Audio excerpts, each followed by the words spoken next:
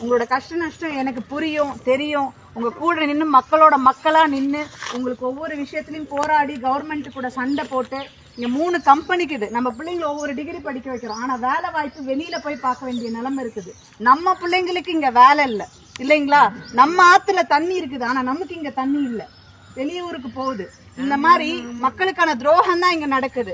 இயற்கை வளம் எதையும் காப்பாத்துறதெல்லாம் கல்ல உடைச்சு வெளியூருக்கு அனுப்புறாங்க. நம்ம இயற்கை வளம் பாதுகாக்கல, பாதிக்கப்படுது.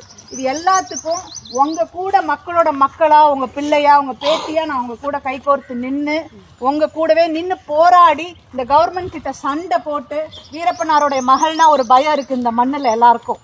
இது வரைக்கும் நிறைய மக்களுக்கு நான் சாதிச்சு கொடுத்துருக்கிறேன். உங்க மூலியமா ஒரு அதிகாரம் கிடைச்சிச்சுன்னா இன்னும் உணர்வு பூர்வமா, உயிர் பூர்வமா, இன்னும் தைரியமா, அப்பா போல நான் ரொம்ப தைரியமான பொண்ணு, உங்களோட முகமாவும் உங்களோட குரலாவும் இருந்து உங்களுக்கு தேவையான ஒவ்வொரு விஷயம் பார்த்து நான் செஞ்சு கொடுப்பேன். ஈஸியா நீங்க நான் அணுகலாம். இந்த மண்ணை சுத்தி வருவேன். ஏன்னா குழந்தையிலேருந்து வெளியில இருந்ததுனால இந்த சொந்த மண்ணு மேல எனக்கு ஒரு ஏக்கமும் பாசமும் அதிகம். அதனாலதான் நான் உங்களை தேடி வந்திருக்கேன். எனக்கு ஒரு வாய்ப்பு கொடுங்க.